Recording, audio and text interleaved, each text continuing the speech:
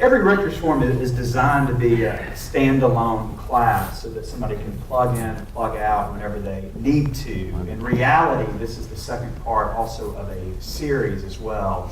Last week, Dr. Haynes talked about, in a really thoughtful lecture, about the notion of race and how it gets read into every situation, including the Bible, in some ways that are helpful and in some ways that are very unhelpful.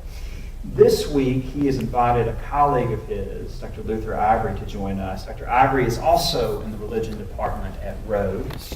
He is a Presbyterian USA minister here in Memphis. Peace, brothers and sisters. Teaches at Rhodes, and is also the author of Toward a Theology of Radical Involvement, the Theological Legacy of Dr. Martin Luther King Jr., and The Rhythm of Discipleship. Great title, The Rhythm of Discipleship. He's joined by Dr. Haynes, who also teaches in the religion department. In Dr. Haynes' most recent book, that I know many of you have read, is The Last Segregated Hour of Memphis Kneel-Ins, and the Campaign for Southern Church Desegregation. It's an honor to have both of them. And Stephen will begin, and our topic for this Sunday is the notion of white privilege. Please welcome them warmly to Grace St. Luke's.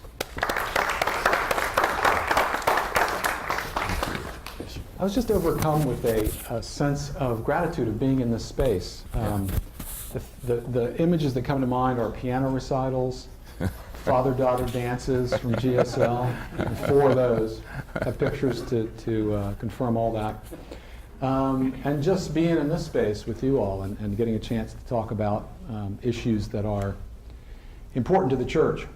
So last week, if you were here, it was fun. We got to lean back and kind of make fun of rednecks who read the Bible, right, in racist ways, right? So this is not so comfortable this week. We're going to be talking more about ourselves, and I in particular am going to be talking about myself and my family.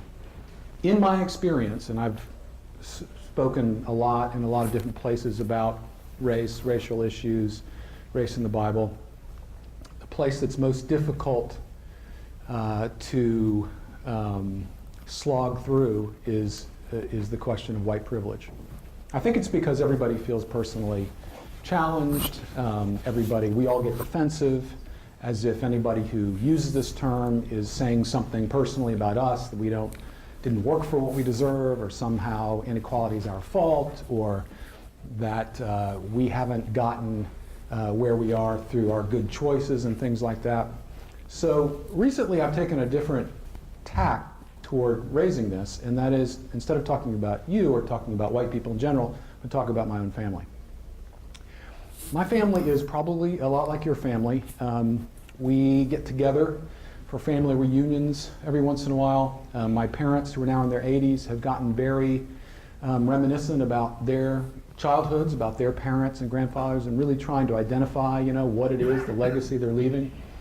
And so through the last few years, I've learned more and more about my family and the sort of mythology of our family. I don't mean that in the sense that it's not true, but the stories we tell about ourselves is that it's a family where hard work has paid off, where people who were born on farms had virtually no prospects for anything beyond the farm or living locally, left the farm, went off to the big city, and were successful and changed the fortunes of the entire family.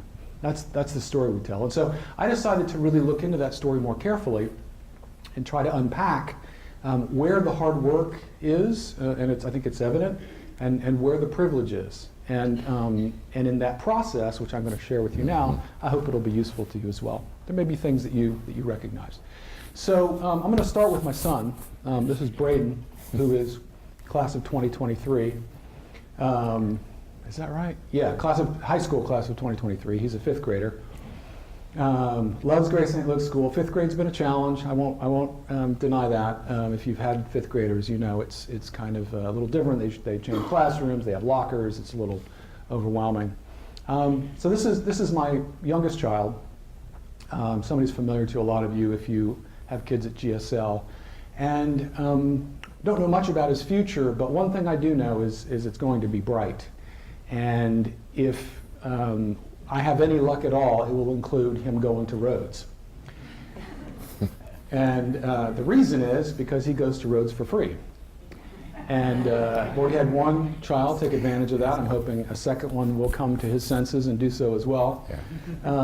So he gets to go, if he has any luck, in high school and any sort of record of success, he'll get to go to Rhodes for free, which is a nice little thing. It's currently $53,966 per year, tuition and fees. That doesn't include room and board and all the other things. And the reason he'll get to do that is because his dad, that's me, got a job 27 years ago that had really good benefit. It really is me, I promise. It's not, it's what it looked like when I started at Rhodes in 1989. Notice the denim shirt. Those were popular then, for those of you who've not been alive long enough to remember that. Okay. But getting that job was not easy. It took a lot of work. This guy, me, went to school for 9 years after college, got a master's at Florida State, ended up going to Rice for a couple years in the PhD program, ended up finishing his PhD at Emory, going to Columbia Seminary for an MDiv, and along the way I spent a year in England at Durham University. So a lot of time spent preparing for this, but really the path toward getting the job I have was greased by some very generous relatives. This is my dad. You may see some resemblance. This is my ex-father-in-law, who, despite the fact that his daughter and I are divorced, I have to say has been very generous to me and to my children through the years, and was one of the people who enabled me to go through Emory and finish my PhD. But it all started back in 1976. I was a senior in high school. I was at a public high school in Florida. I had aspirations to do something most of my colleagues in high school didn't really care about doing, which was go to a really good college. And I ended up getting into one, Vanderbilt. Who knew I'd spend the rest of my life in Tennessee? But went to Vanderbilt in 1976. And it helped me get in that I was a full-pay student. I didn't even know that term until about 10 years ago. I was on the admissions committee at Rhodes, and we were looking at marginal students, and our job as faculty advisors was to tell the director of admissions whether we thought this marginal student really had a place at Rhodes, and almost without exception we said no, and almost without exception they got in. Because these marginal students tended to be full-pay students, tended to be private school kids who had not shown a lot of initiative up to this point, but were given the benefit of the doubt because they're going to pay full freight. I didn't know what a full-pay student was until then, and it only dawned on me at this point in my life. So I'm in my mid-30s, I'm already having this job, that one of the reasons I was able to get into Vanderbilt with a sort of marginal academic record from an obscure high school in Florida was because I was full pay. Because I was able, my family was able to pay full freight. First lesson of privilege. I have the privilege of being totally unaware of my privilege. And that's my story. So it only dawned on me well after the fact that my family's financial situation had anything to do with the fact that I got into a really good college.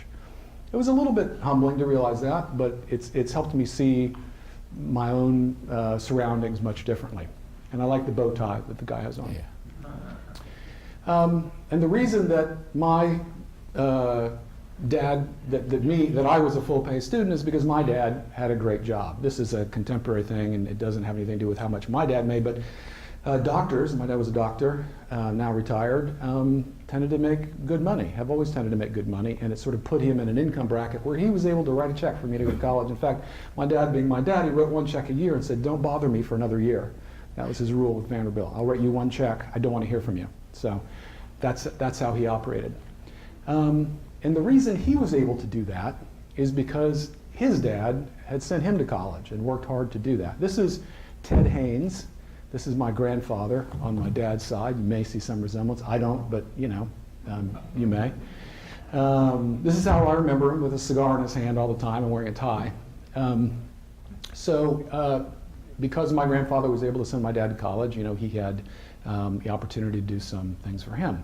And the reason my grandfather could do that is because he owned his own business.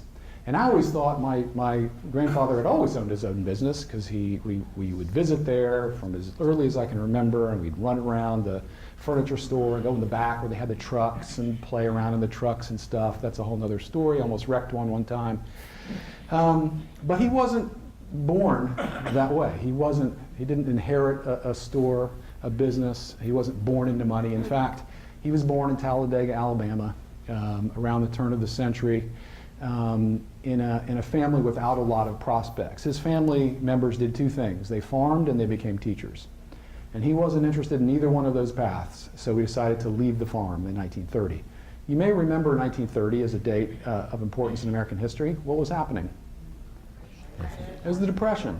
So anything seemed better than Talladega, Alabama, and so he went to Orlando, Florida. I really have no idea why. I don't think anybody does. The idea was that the weather was better and maybe there were some prospects there. And he was looking for work. He had no place to live, nothing to do, and so he stands in line in front of a furniture store, a line which, according to family mythology, was very long. Lots of people were interviewed. And when he got to the front of the line, he said, "I don't care who else you've talked to. I don't care who else you have to hire. I will work harder than any person you know." And on the basis of that testimony, got the job. This is the story. So he gets the job.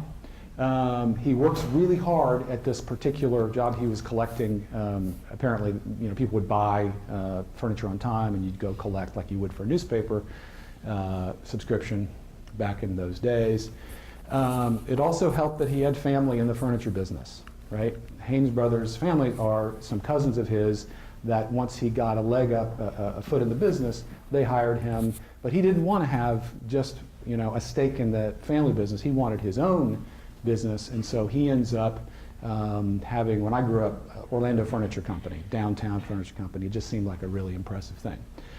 So he was able to send his son to college, and my dad was not, really sure he wanted to go to college. He wasn't really sure what he wanted to do. He ended up leaving college and going to the Army for 2 years, and that really solidified his resolve to go back to college and finish his education, it turns out. So he sends his son to college, but it wasn't easy. My dad had to work during college, and his job was to wait tables at his fraternity house, which I can't imagine was very fun, working for your colleagues. But that's what he did. Got through college and worked really hard and was able to get a really good job. It was a time in the 50s when companies like IBM were hiring people right out of college. He got a job selling computers, if you can imagine what that was like in the 1950s. But he was really unhappy. And he decided at age 32, with 3 kids, me being the oldest, that he wanted really to be a doctor. So what do you do when you're 32 and you have no financial resources and you're probably too old to really be considered for something like this? I remember we lived in a really crappy house in Gainesville, Florida, and every day I went out to the mailbox, and my mom went out to the mailbox. I really had no idea why. I was 5 years old. But I knew there was something coming that was really going to change our lives, and it was a letter of acceptance from med school. And there were lots of letters that did not say that, welcome, but we got one from the University of Miami. But then the question was, how in the world was he going to pay for med school, right? My mom could work, obviously, but with 3 kids, that was difficult. So he went to my mom's dad. This is Clint Ellison. This is my other grandfather, and asked for help. And it was very fortunate for him that Clint Ellison could help him. Clint Ellison was one generation away from poverty, but a different kind of poverty than you find in Alabama, West Virginia poverty, which was even worse. And so the stories told about his family are, he lived on a farm near Glenville, West Virginia. It was pretty bleak. His job was teacher in a one-room schoolhouse where he had also been a student, and this was pretty much represented the prospects of somebody like him, either work on the farm or be a teacher. But then World War I comes around, and Clint Ellison decides to enlist. What a great opportunity this is for somebody from the farm, right? Get away, get some adventure, learn some skills. And turns out my grandfather had a lot of organizational skills, which were recognized by the Army. And by the end of his time there, he was running a munitions factory. And so this suggests, some talent, some hard work, some initiative. And he gets out of the Army and he decides he wants to go to college. Nobody in his family had ever been to college. Somehow he picks Valparaiso University. He has no money, but he moves up there and he decides, he sort of enters into a deal with somebody to administer a boarding house, which operates as a dorm, and by the end of his 4 years there, he owned the boarding house. And it was the beginning of his career in real estate. And by the time I knew him, he goes to Hammond, Indiana, and he's got a savings and loan. He's a real estate man, and he becomes a state senator in Indiana. So when I met him, I just thought he'd always been as successful as he seemed to be at that time, when in fact it wasn't at all the case. So in 1964, when my dad got into medical school, my maternal grandfather was able to pay it forward to help his son-in-law realizing the help he had gotten along the way, help him realize his dream of becoming a doctor.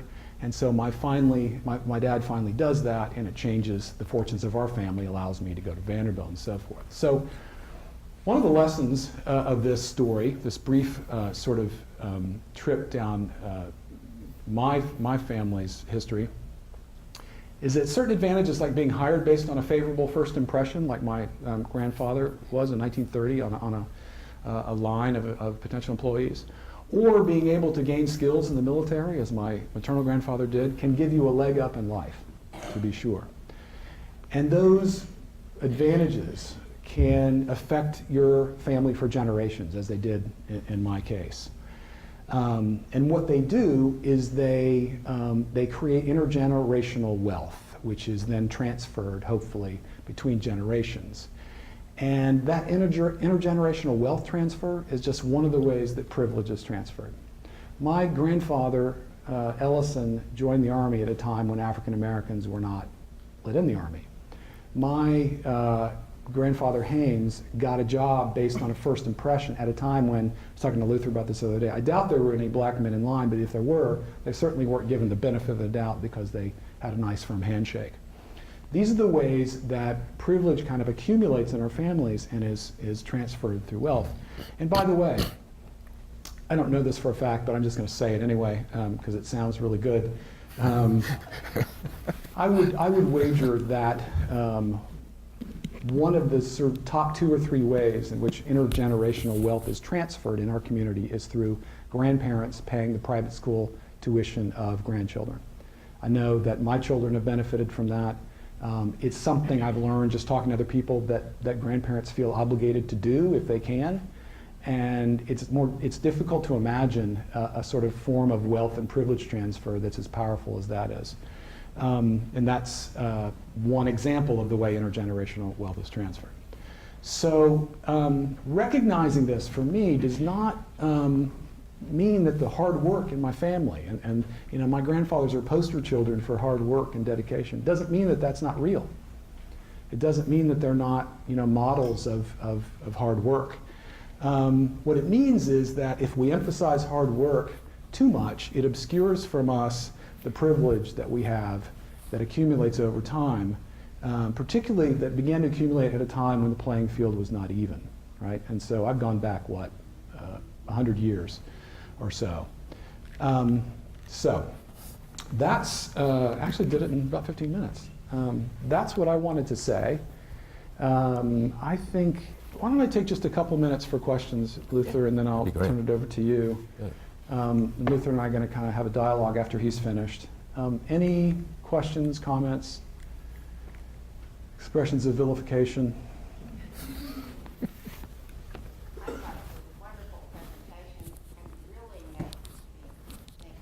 Good. Yeah. Good, which is exactly what I want you to do, is I want you to take my story as maybe a goad to thinking about your story, which may be completely different, or which may have some similarities. It may take you a while to process this, so if after Luther speaks you want to come back to it, we can. Okay? This is my colleague Lou Ivory.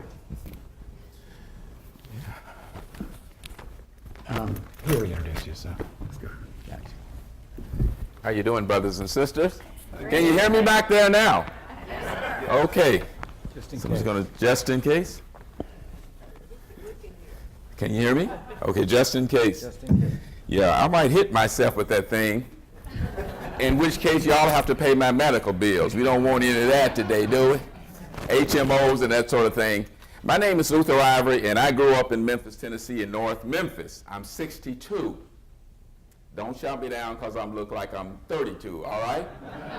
But Steve is the reason why I'm at Rhodes College. So I always give him his, as we call, prompers for bringing me in Rhodes. I was pastoring in Southwest Tennessee, and I think the book on King had just come out. And Steve and I actually, he preceded me at Emory by maybe a year or 2 years. And I think I remember seeing you in the graduate student lounge once discovering, who was it, Schopenhauer or something like that? I don't know, who knows, but thank you for getting me at Rhodes. As you might as well, when he first came to talk to me in the heart of the black community, I'm still getting ready to talk to him, and I'm seeing this white guy over there, I'm going, I know I paid my taxes, I know I didn't hit anybody, I know I didn't steal anything, so why is he here coming over here in the black community? Found out it's Steve, and he had to come back. I was going, no, I'm not going to Rhodes because Rhodes did not admit me. Rhodes, for 2 reasons, and as an undergrad, they said I wasn't smart enough and I wasn't mature enough. So I was PO'd at Rhodes for many years, and I said I would not go back to Rhodes under any circumstances. Steve talked me into going one semester, teaching the course. I think I had 6 students that first semester. And then after maybe about working at Rhodes about 4 years, I think I can stop being PO'd at Rhodes because I think they were right. I don't think I was smart enough. I didn't have study habits that were formulated, I think, crystallized enough to meet the rigors at Rhodes.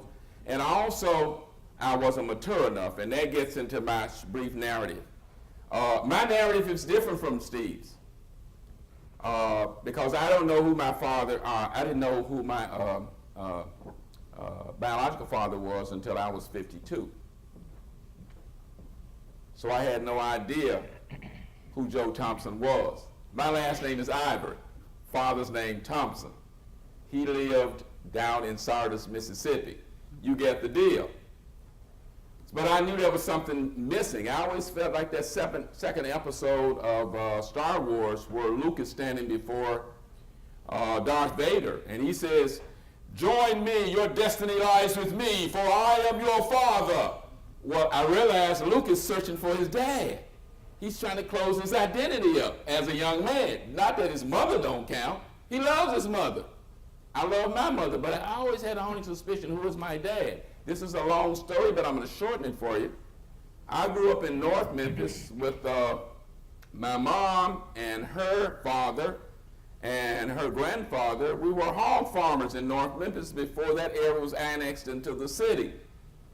We had no sidewalks, and I remember every Saturday I took one bath. The boys took one bath, and the girls took a bath, because we didn't have any running hot water. You know those tubs that are round, that you put the washboard in? I know some of the ladies know. I don't know if the brothers in here know, but I know the sisters, they're not. I know what you mean. With that awful lye soap, that big bar of soap, that's how we bathed. We would heat our water. After several times, several little wash pans, those little white ones with the little red rings around them, we'd heat it, put it in there. And here's the principle. The cleanest boy washes first. There were 5 boys. For some reason, I was always at number 3 or 4. I couldn't figure out what that was, but by the time I got in there, you know what I was dealing with. My sister, I think they had it a little bit better because the boys were responsible for heating the water and dipping it for our sisters. We had no running water. We lived in, anybody know what a shotgun house is? That's where we live, 1607 Sydney. It still exists over there today. I think they bricked it up, but you still shotgun, which means you can stand in the front door, shoot a 12 gauge through it, and I think all the pellets will go through the house without touching any walls, exit the back door, and hit something. That's a shotgun house. Well, I didn't know anything about my father. I knew about my grandfather. I knew about my mom's husband, who I didn't know, who eventually adopted me. But he had a 3rd grade education because he grew up in Tipton County, and he was asked to leave the plantation. He became a sharecropper so he could harvest soybeans. So he was really basically functionally literate. William Avery still lives today. He's 84. Just took him to the doctor to work on his knees. So he never had the opportunity to really develop as even in finished high school or even in college. So I don't have a father who's college, and I never thought about college. And let me tell you something, when you're a young man out there and you're growing up and you're looking at this in Memphis, which was highly segregated then, I'm going to use the word then in quotes because y'all had to tell me if it's still residentially segregated now. Yes. Okay, so it was even worse then. Those of you here know what I mean. Well, Poplar Estates up here, Jacobson and Lovett was building new houses at Poplar Estates. And so working with my adopted father, William Ivory, he worked for Jacobson and Lovett. After the hog farms closed down, then he went to work as a day laborer, and he would take me with him on Saturdays and in summertime to clean up houses. I was going, who lives in these houses like this? This ain't shotgun. This is something different. And cleaning up those houses, what happened to formulate in my mind was the difference between wealth and poverty, because we were poor. Nobody with a college education. My mom finished in the 9th grade, so you know where that goes, at a time when there were a lot of things that are in place now for women, single women, that were not in place then. So I wasn't interested in college. I was interested in living in one of those houses, but I didn't have the money to do it, and nobody else had the money to give to me. So I did what all rising entrepreneurs would do in Memphis or in the inner city. I established my own business. And my own business was gang bang with the Bungalow Braves. And I'll put it this way, I not only brought the turnips into the city, I also sold the turnips. Do y'all get my meaning? Yes, sir. So, but that's a fast track because you're always looking over your shoulder because you know you're doing something that you're not supposed to be doing. It's illegal activity. That's not, you don't get a gold watch and a chicken dinner for retirement doing that kind of business. So I had to do something, and I also had a problem stuttering. And later on, through therapy, it was discovered that you're stuttering because of your own sense of identity, your own self-concept. Walked up through that, graduated from Douglas, and then I went into the Army, into the Navy, went to the Army as a tank officer, naval officer as a missile specialist, got out, and it was the GI Bill that helped me. That's what helped me.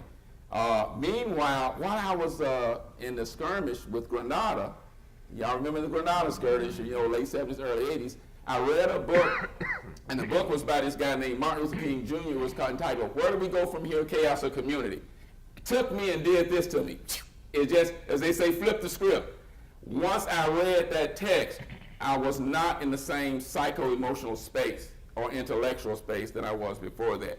So King had a sort of an impact on me then at the Navy. But before then, let me tell you how I met Martin Luther King Jr. down in Mason Temple. The Bungalow Braves went down there when he gave that mountaintop speech, which he didn't give, he would name it the mountaintop speech. It's now called the mountaintop speech.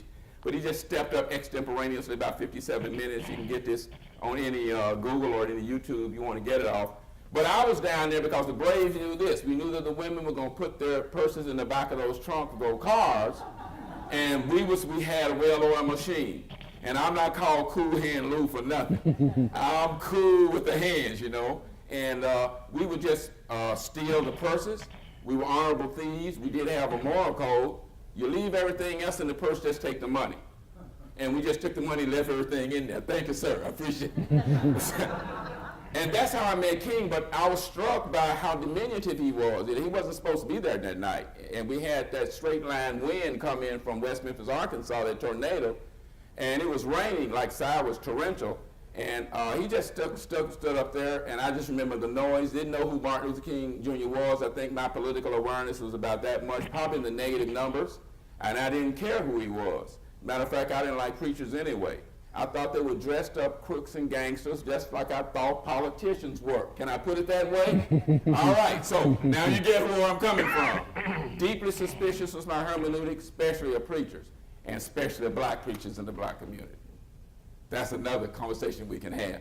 But he starts standing up there with no notes, talking about Ovid, Homer, Shakespeare, Schopenhauer, the New Testament, the Old Testament, the prophets, the Nabi'im. I'm going, who is this? This is a learned minister.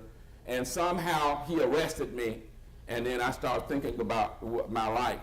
And then I met him years later in the Grenada incident aboard the ship Charles P. Cecil, reading his book. So how I got here was the GI Bill. I have no money to give my students or my children, none.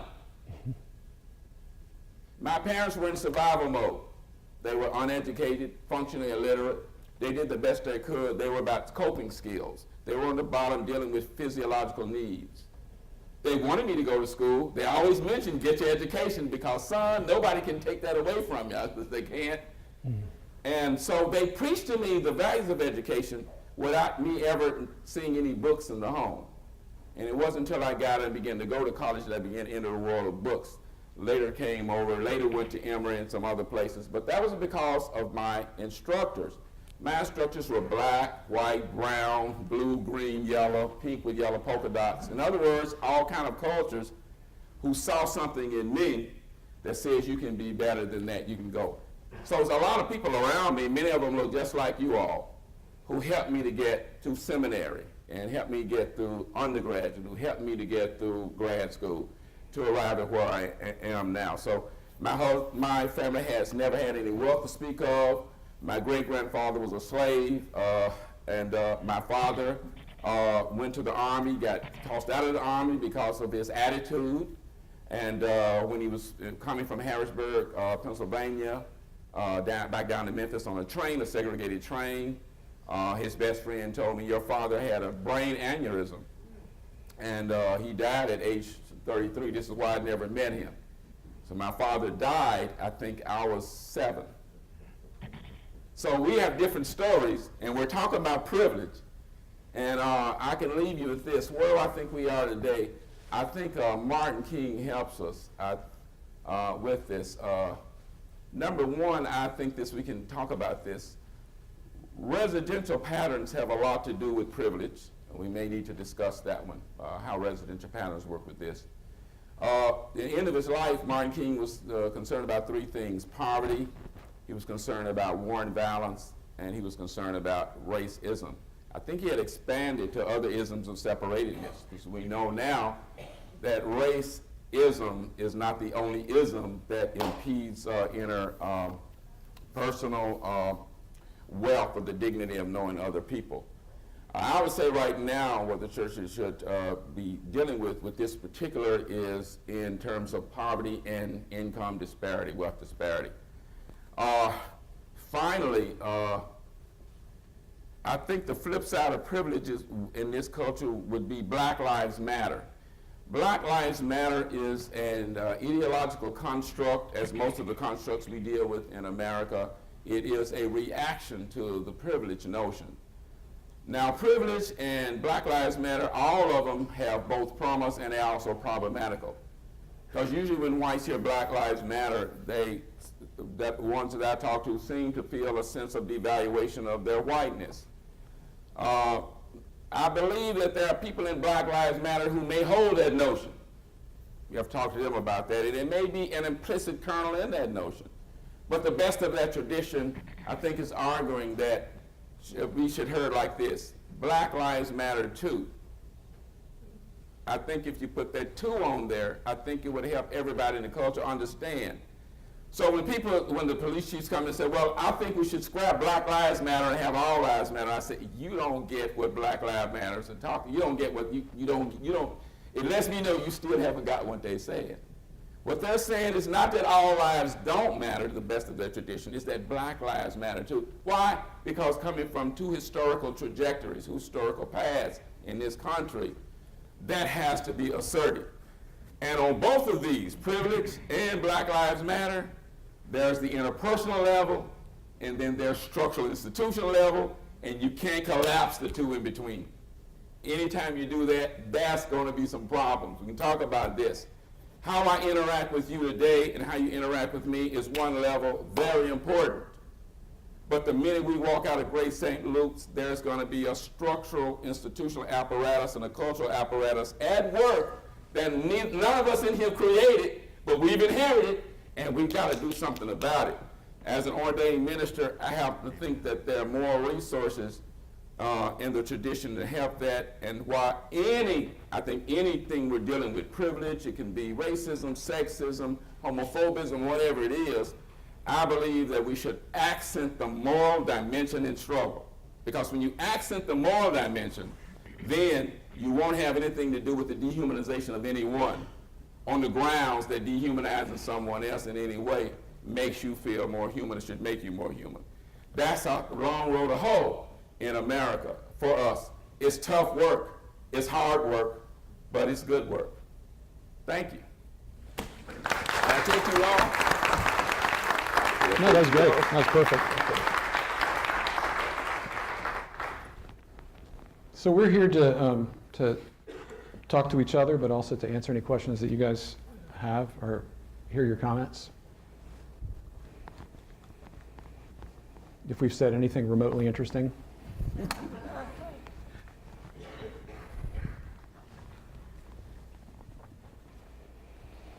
Yeah. I wonder if we should stop using the term race as if it's a reality.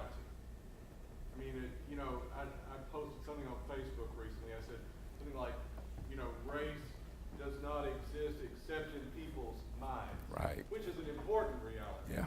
But if you talk about, well, I'm of this race and you're of that race, which is false in a biological sense, Yeah. then maybe that does more harm than good. I hear you. Yeah. I would say I agree with you, definitely intellectually, I believe. I believe the tsunami of race is on us in terms of language. But Sheikh Anta Diop says if you want to know what's happening in the culture, ask the women. So the way women, who I think are still the primary child rearers in this culture, I think, although we do have men who are stepping up to the plate and doing it, post-feminism, post-womanism. But the way languages communicate to her, because I think Diop is right about something else. Language drives behavior. So part of the skill set now is to formulate different ways of talking about our difference, which is important. Maybe our cultural difference, our ethnic difference. I mean, maybe there's a way. I mean, now we call it cultural competency, and maybe competent of the difference in culture, maybe that would help. I think throw that skill set in there and mix it up in it with the other bowls of the best practices. Definitely, let's try that out. And you remind me of something else, sir. Real name, sir? Russ, you remind me of something else, is that the business of these isms is so big until it's too big a business to have one simple answer for a complex issue. So if the issue is going to be complex, then the responses have to be complex. But I think language is definitely a way. The way we formulate, the way we talk about people, the way we talk to people, we identify them. And it's going to be very important.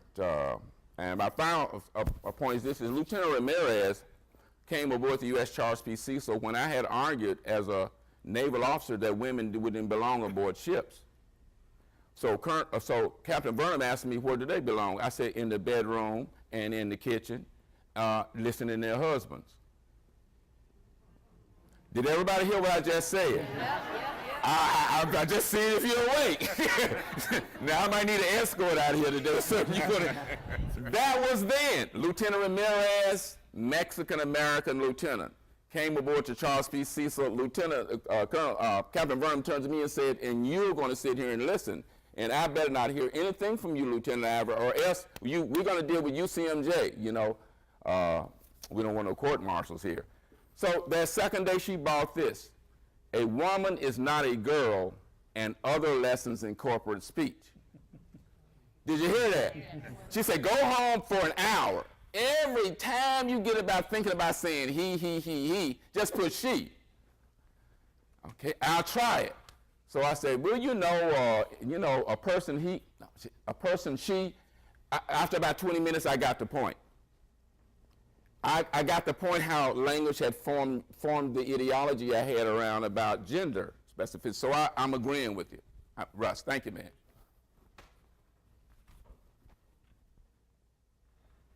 I no longer believe that anymore now. I just want y'all to know the brother has been enlightened, okay? I don't believe that anymore. You've had time to think about my short presentation about the way privilege operates in my family. Did anybody resonate with anybody? Do they recognize themselves in any part of that? Stephen Luther, a good question. In part because we're in church, and because all three of us are ministers, we tend to think about this largely, I assume, from a religious standpoint, as we should. But I'm thinking about the role of arts and music. And here's why. One is there's a great line in that Robert Gordon book about soul music and Memphis music in the 50s and 60s, where he says that soul music and Memphis music was the soundtrack to cultural liberation. Right. And these musicians were and were not affected by King's and the preacher's message, so to speak. I think we've entered into a day and age, certainly, where the church in this type of conversation has to be one partner in a much larger dialogue in which we both offer something and learn from something. And with that spirit in mind, where do you see, what's the role, what do you learn from in Memphis in terms of art, music, the imagination, that could be helping us with these very conversations about race? They've heard everything I know several times. Yeah. I think it helps. I think these joint partnerships with places like Stax and places like Sun Studios, also on the grind out there in the street from artists who never will get published, they never will get signed, but they're out there doing stuff, the bubble up stuff that they're doing. It's good. And it may be the fact that life will imitate art in some ways and vice versa. And I think that if we, it reminds me of the slaves, and when you talk about music. So on Sundays, this is the slaves' day off. So they usually have on a plantation a guy called a fiddler, and you know what his job is. So the slaves have been working the sun up to sundown, dusk to dawn, can to can't, as they say down south. And so they have a day off, and so what they're doing is that they're kind of going to have church, but they're going to have church in a different kind of way.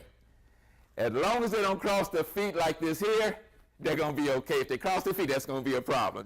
Just dance, but don't cross your feet. Well, the dancing, the music, the singing, the spirituals, they bespeak of the experiences of people, and not only where they are, but what they're hoped for. Where I think the church can help with music and the arts is this, is never allow the culture to forget the grand vision for humanity. Because what I think is happening out there a lot is we're failing to see the clash of visions. Now it depends on which vision you want to go to, but if you're somewhere and you have a vision of the way things ought to be or can be, now you have to clearly get that identified and then develop some sort of praxis or some sort of action to take to get you from here to there. The church can help with that too. But I think the first thing the church can do is help keep clarifying the vision. And often the church is kind of silent. It kind of like, I'm not going to talk about Black Lives Matter. We're a white congregation. Nope. Let's let them talk out there. We're black congregation. We're not talking about that. We're going to stick with the gospel to kind of see the mesh that the culture is. Religion and spirituality is one part of that, an important part. But music, dance, food, etc., even telecommunications. And if the church can keep with the grand vision and actually do this, I mean, this is maybe a different notion for the church, to actually have a missiological emphasis. Is that foreign to the church? I'm not just talking about asking people, do you accept Jesus Christ as your Lord and Savior? I'm not talking about that kind of mission. I'm talking about formulating the vision of missiology so that to ask people about the Christ is also to be involved where they are in their experiences. But that means you got to take some risk. That means you got to take some sacrifices. That means your comfort zone may have to shrink. If the church wants to get into that game, it's a messy game out there, because it's a messy game in here. But the messy people come in here to get unmessed. If there's any reality of vibrancy, anything transformative about the church, it ought to be that willingness to get out there and do that. So I would affirm that as well. But I would also say the church has to have the ears to be able to listen. Now, I asked myself, who do you like to talk to? People who are waiting for you to finish talking, jump in and tear up everything you just got through said about Black Lives Matter, about Jesus, about income, anything, or the people who are actually listening. If the church can go up there and kind of live this message with open ears, to be uncomfortable. I mean, what you're doing today, to shrink that comfort zone, to talk about something that ain't popular, something that no reader really, we're kind of tired of hearing about it, we're kind of tired of seeing people shooting each other, robbing, but that's uncomfortable talk, but it's what the church is called to do. If we kind of get that vision of the church out there and then commit to that vision and that, quote, hard work that it's going to take to do that and to see that it's worth doing it, that's, I think, a role for the church to play. I'll stop there. Steve? You can see why I went down to Denny's in Whitehaven to hire this guy. Because I knew the kind of impact he'd have on people at Rhodes, his colleagues, students. Powerful teacher, and the passion just really is contagious. I was told we have 5 more minutes. Is that right, or should we quit now? 5 more minutes? Okay. This is your chance. Yeah, Shannon? Young people are really the leaders of this movement of Black Lives Matter, and are also the ones that are, I would say, having the most internal struggle with this. So how do we support them? Yeah.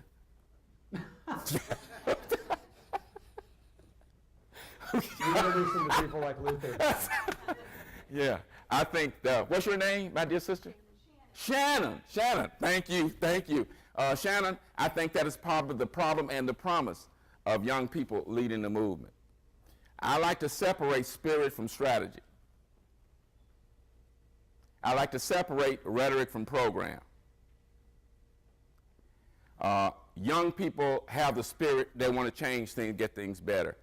And as you might imagine, they don't have the breadth of experience of us older people, so it's often when they're teaching themselves stuff, they might truncate stuff from time to time. That is when the voices of the old heads can come in, and again, not tear them down, but go, okay, have you thought about this? Have you thought about that? There's a whole wealth of people, freedom fighters, white, black, blue, green, yellow, red, who've dealt with Black Lives Matter in different forms, who's been talking about it at least since the 1920s, or 1909, when the NAACP was formed from Niagara. At least since then, black churches have been talking about this. Look, y'all, from in the World War II to now. It hadn't been Black Lives Matters, but there's been a dialogue and a conversation. So those human resources, physical resources, traditional resources can help. But if you're disaffected and alienated from the youth, you won't get that dialogue.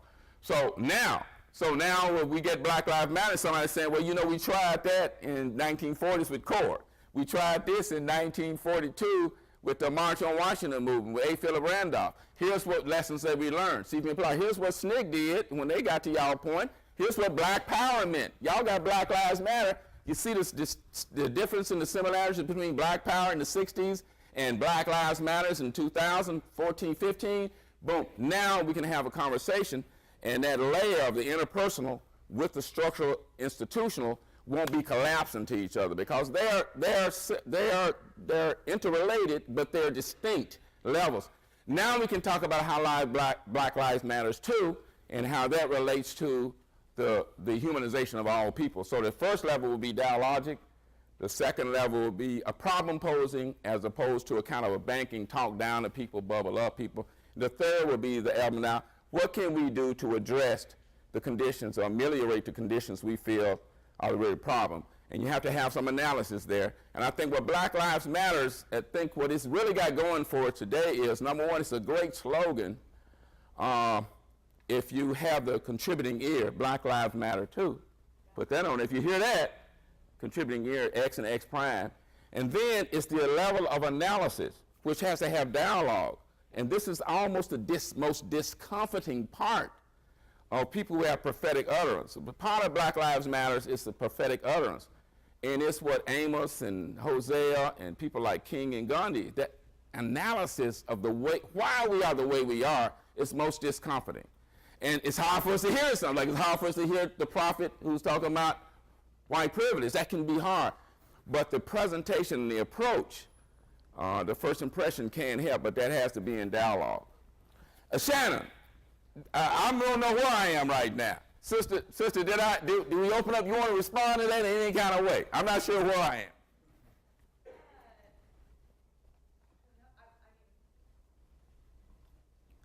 I think we need to quit. I'm going to invite you guys to talk afterwards. Don't we need to stop?